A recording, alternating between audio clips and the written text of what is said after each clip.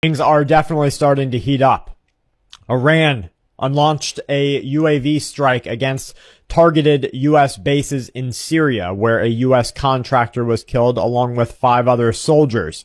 The United States of America quickly retaliated with its own airstrikes on the IRGC's Imam Ally base in eastern Syria. That's in one of their provinces. The U.S. Department of Defense announced that coalition aircraft quickly conducted airstrikes against Iranian positions that are located inside eastern Syria after the Iranian drone attack against a base in the region caused 5 different service members to be injured and 1 contractor's life to be taken.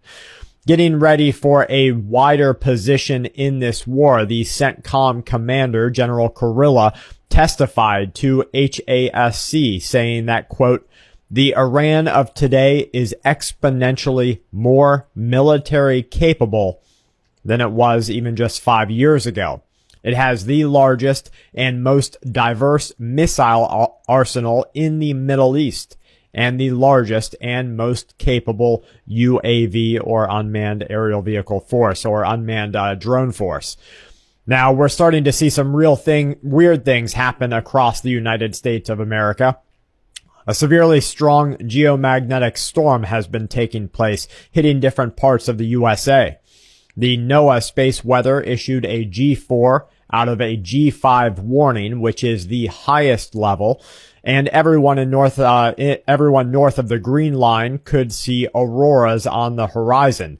Places like Wisconsin, Michigan, Minnesota, and even some places into Virginia. We're seeing reports and pictures coming out of the geomagnetic storm affecting the populace.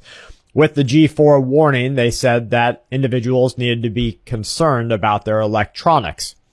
Can you imagine what would happen if we have a true geomagnetic event take place across the country? Watchers are reporting that a huge magnetic disturbance was seen over much of South America. It was moved northwest, splitting into 2. It could wreak havoc on EM susceptible technology like computers, cell phones, and Wi-Fi. Back to what's happening with Israel and Iran. Israel faces the real threat of a military conflict on multiple fronts. We have watchers warning that Iranian leaders are debating whether to launch attacks on Israel amid their own political turmoil. This is no coincidence that the United States of America is being torn militarily into multiple positions.